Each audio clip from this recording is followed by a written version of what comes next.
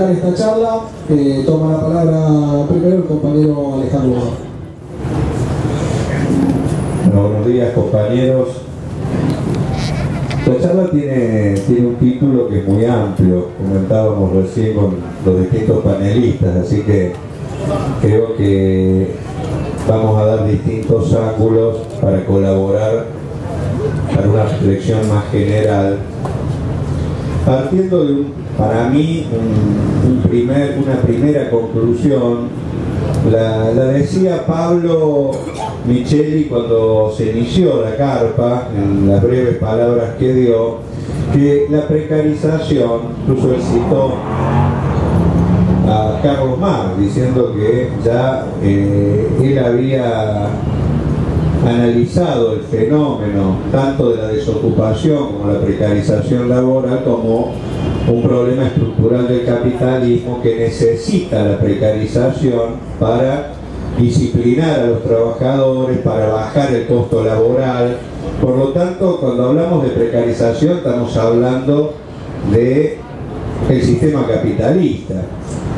Cuando uno se planta, incluso con una broma en esa misma introducción, Pablo decía, bueno, nos vamos a quedar hasta que termine la precarización, ¿no? Y era una broma porque hasta que termine la precarización podríamos darnos bastante tiempo, porque está ligada a la propia existencia de este sistema que necesita avanzar cada vez más en deteriorar las condiciones de trabajo de los trabajadores para poder discutir de esa forma con los trabajadores que están en blanco condiciones a la baja, porque el ejército de precarizados y desocupados es tan grande que siempre presiona, ¿no es cierto? Y la famosa frase, bueno, si no te gusta andate, total tengo a mí que van a venir y van a aceptar hacer lo que vos no querés hacer. Entonces creo que por eso es importante ubicar el problema como uno de los grandes problemas estructurales, sistémicos nuestros. Esto no quiere decir que haya que esperar hasta un cambio de sociedad para pelear contra la precarización, porque se puede hacer mucho para tratar de avanzar, resistir y lograr mejores condiciones para los trabajadores, pero siempre sabiendo que hay un límite, que es el límite que le impone el propio sistema capitalista, que necesita esta forma, ¿no es cierto?, de deterioro de las relaciones laborales para su propia subsistencia. Yo en ese sentido creo que es importante entonces analizar cuál es la situación de nuestro país, incluso porque hoy estamos pasando por un momento donde en todos los canales se discute o la debacle o el país maravilloso, ¿no? O sea, según quien vaya a los canales, estamos en un momento terminal donde se viene el holocausto, poco más, y si agarra otro político u otro dirigente nos va a decir que estamos en un país maravilloso, donde la verdad que no se sabe por qué hay gente que protesta. Yo creo que nosotros tenemos un problema, primero un problema estructural, que es que nos hemos transformado en una semicolonia, y por otro lado somos un país capitalista, semicolonial, ¿no es cierto?, que en un periodo donde el capitalismo está atravesando una crisis de descomposición muy grande. Ya no solo basta con expoliar a los trabajadores de las semicolonia o de los países dependientes o subdesarrollados, según como se le guste llamar, sino que hasta ahora la crisis ha llegado al corazón de los propios países más avanzados. Falta ver lo que está pasando en Europa, lo que está pasando en el propio Estados Unidos.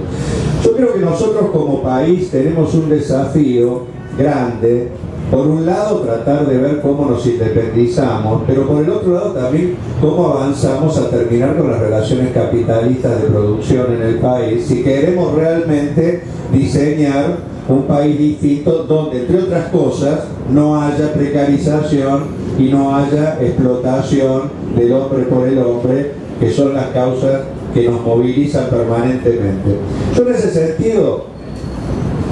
se habla mucho de nuestro país y el problema que tenemos en relación al modelo productivo esencialmente agroexportador, y que no hemos logrado desarrollarnos como un país industrial. Ahora, esto no es una casualidad. Nosotros como país somos esencialmente un país agroexportador, porque así quieren y han determinado las grandes potencias nuestro rol en el mercado mundial. Y evidentemente los avances que han dado los distintos gobiernos en una serie de pactos han consolidado este modelo. Un debate que hay, por ejemplo, con el kirchnerismo en relación al menemismo, si son distintos o no, evidentemente vamos a encontrar muchas diferencias, pero en la matriz productiva esencialmente no han cambiado estas relaciones de producción. Por eso seguimos siendo un país cada vez más dependiente, incluso ya no solo del campo en general, sino hasta de un monocultivo, que ellos, pese a todo el discurso contra la 125 y todo lo que nos quieren hacer creer, han ido avanzando en ese modelo a tal grado que hemos retrocedido en otros cultivos, en la carne, para transformarnos casi en dependientes totalmente, ¿no es cierto?, de la soja. Ahora, ese rol en el mercado mundial fue posible gracias a que los distintos gobiernos fueron avanzando en una serie de pactos. Por ejemplo, toda la década del 90, la deuda externa y los pactos que se hicieron impidieron que nosotros avanzáramos en el desarrollo de nuestra industria, porque si desarrollamos nuestra industria, competimos con los países centrales,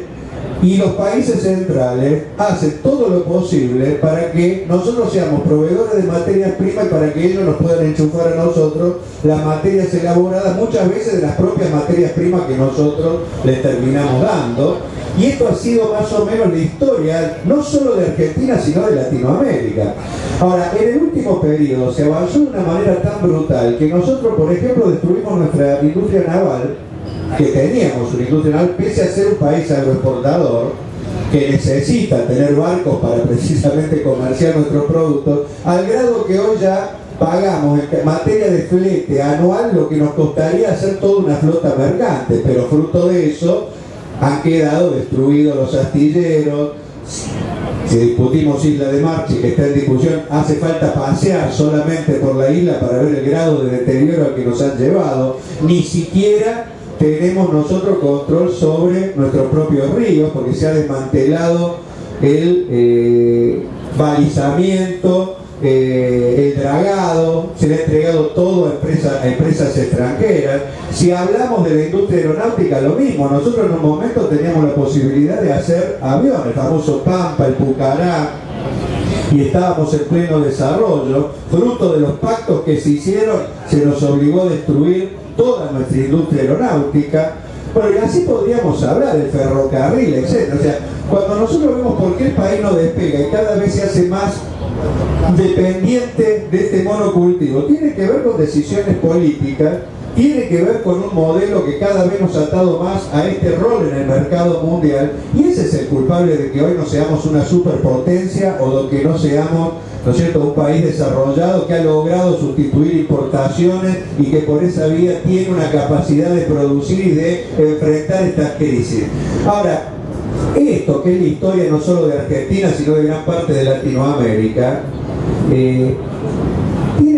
nos hace ver que hoy, pese a que han pasado muchos años, ya casi 500 años, más o menos el modelo productivo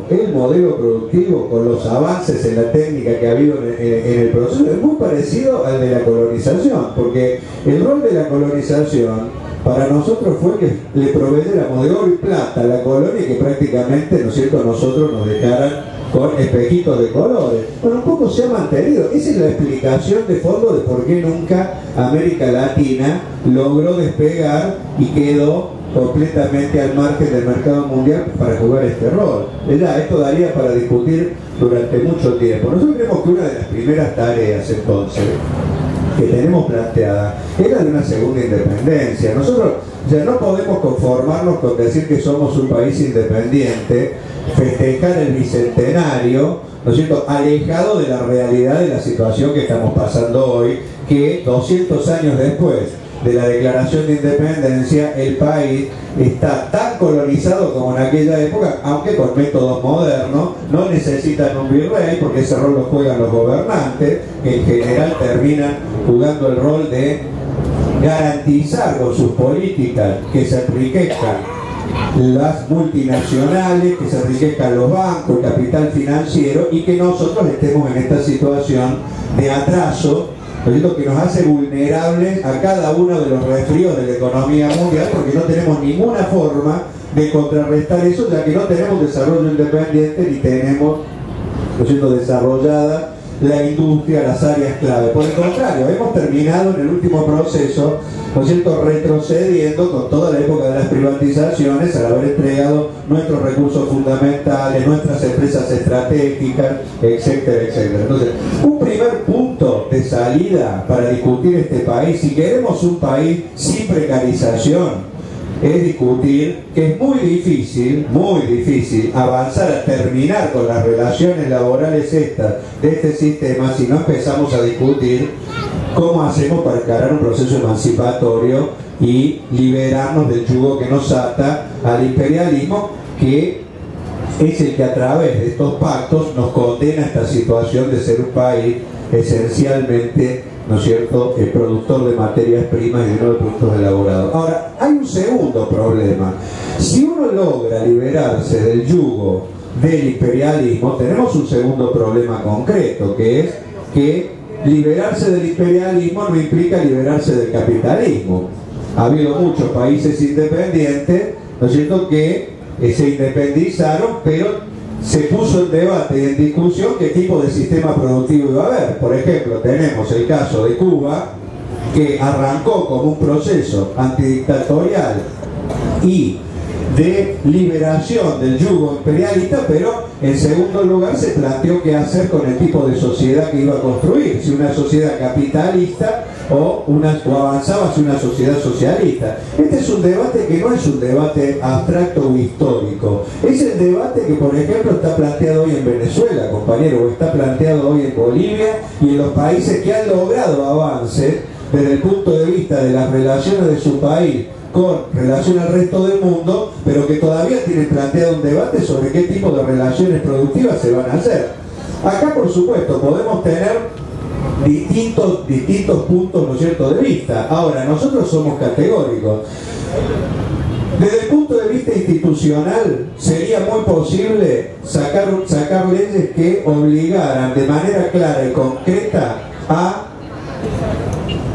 terminar con el trabajo en negro, terminar con la precarización, prohibir los despidos, prohibir las suspensiones.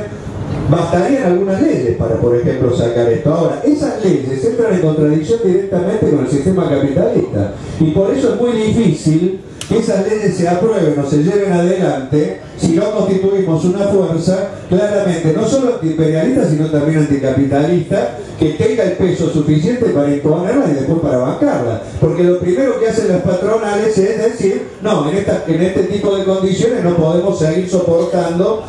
los costos de producción y por lo tanto cerramos y nos vamos, que es el chantaje que ya estamos viendo en algunas empresas tipo Donnelley o tipo algunos otros lugares. Entonces, frente a eso tenemos que discutir qué hacemos nosotros. O cedemos al chantaje, como están cediendo evidentemente desde el gobierno nacional y todo,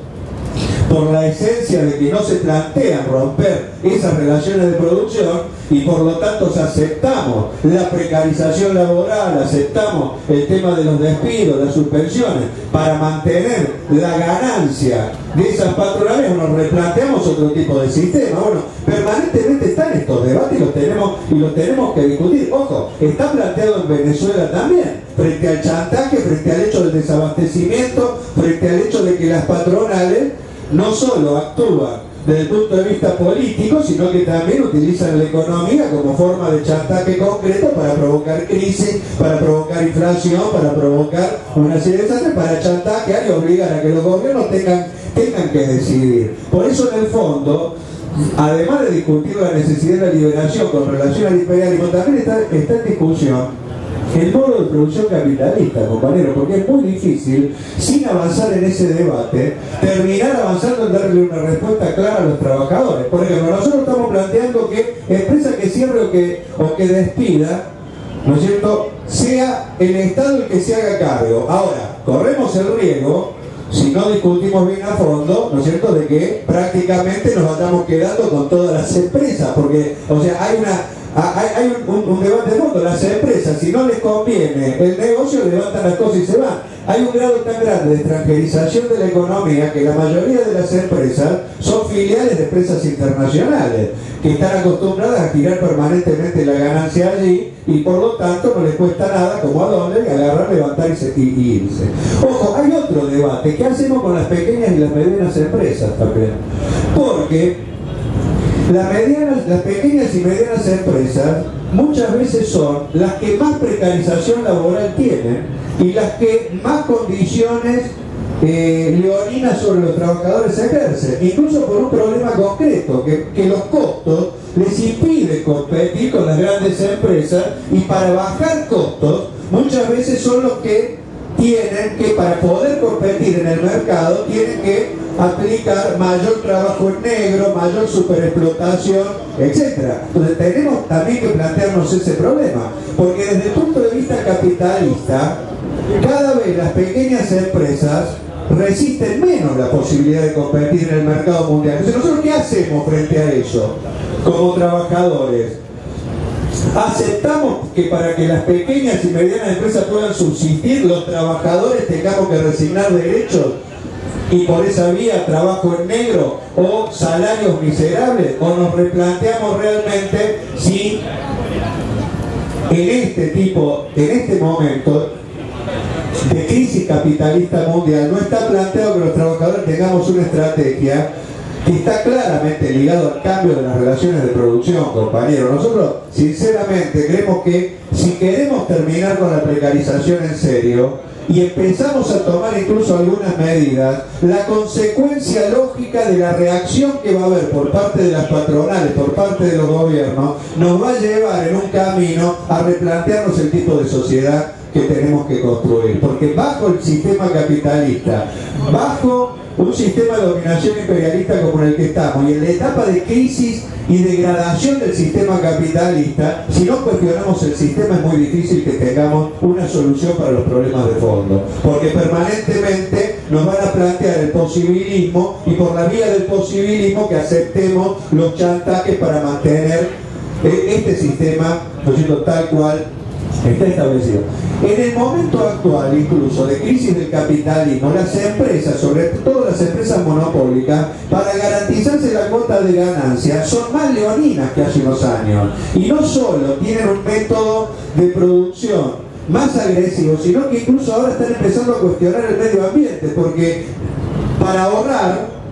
y para tener ganancia rápida, no tiene, lo que nos proponen es un método extractivo altamente contaminante. Por eso no es casual que estamos en un mismo momento viendo cómo para extraer metales de la minería contaminante y se pone en riesgo el agua, para desarrollar el tema de la agricultura, agrotóxicos, ¿no es cierto?, y por esa vía contaminación del suelo y de las poblaciones, para discutir la matriz energética, fracking, y contaminar el suelo. O sea, el capitalismo en su etapa de degradación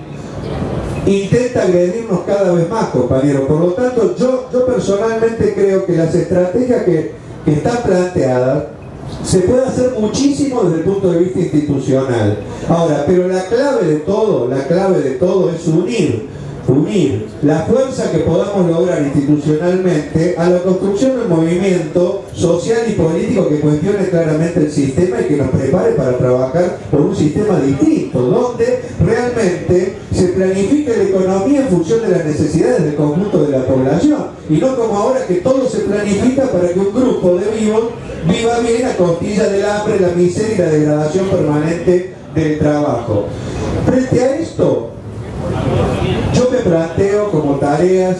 ¿cómo hacemos para avanzar en esto? Yo creo que hay un punto fundamental que es la unidad, compañeros. Si nosotros en esta etapa no nos planteamos el tema de la unidad, no nos planteamos incluso convivir con matices y diferencias, porque yo creo que es muy discutible todo lo que estoy diciendo yo, y seguramente puede haber otras visiones sobre lo que pasa y la salida. Ahora, si los que, más allá de las diferentes visiones que tengamos, pero que al mismo tiempo estamos juntos en la lucha y queremos cambiar este estado de situación, aunque tengamos salidas que puedan parecer con matices o distintas. No nos unimos y damos una pelea de conjunto contra el enemigo mientras interiormente vamos tamizando nuestros matices y diferencias. Es muy difícil enfrentar la actual situación. Por eso yo personalmente creo que así como tenemos que estar unidos detrás de la lucha social, y no es casual que en esta carpa esté la CTA y no estén otras organizaciones, porque claramente creo que acá estamos los que, ¿no es cierto?, con matices que podamos tener, tenemos una orientación común de enfrentar todo lo que están haciendo y también no nos chupamos el dedo con relación al discurso del gobierno nacional, porque más que ver lo que dicen, vemos lo que hacen. También tenemos que discutir en el plano político cómo hacemos. Si no nos unimos vamos a tener menos diputados, por ejemplo en la propia Cámara de Diputados de la Nación, en la legislatura, y por lo tanto se nos va a hacer más difícil la pelea institucional para que estas leyes y estos proyectos tengan voz y tengan visibilidad real, porque divididos corremos el riesgo de retroceder más que de avanzar. Al mismo tiempo, si nos unimos, está planteado que podamos tener una fuerza real y cada vez mayor en las estructuras parlamentarias. Pero algo que para mí es más importante que eso, que podemos, si nos unimos y trabajamos de conjunto, podemos empezar a ser visibles como opción de gobierno, compañeros, porque lamentablemente hoy uno de los grandes problemas que tenemos, que divididos ante el conjunto de la sociedad, no somos una opción de gobierno. Y por eso estas cosas que discutimos en esta charla no son las cosas que discute la sociedad, porque no nos ve con fuerza como para poder hacerlo. Yo creo que construir esa unidad también en el terreno político es uno de los grandes desafíos que nosotros tenemos. Incluso romper también con ciertos sectarismos de autoproclamación, de compañeros que no están acá, pero que porque han tenido algún tipo de avance desde el punto de vista electoral ya se creen, ¿no es cierto?, que han resuelto todos los problemas. Miren, compañeros,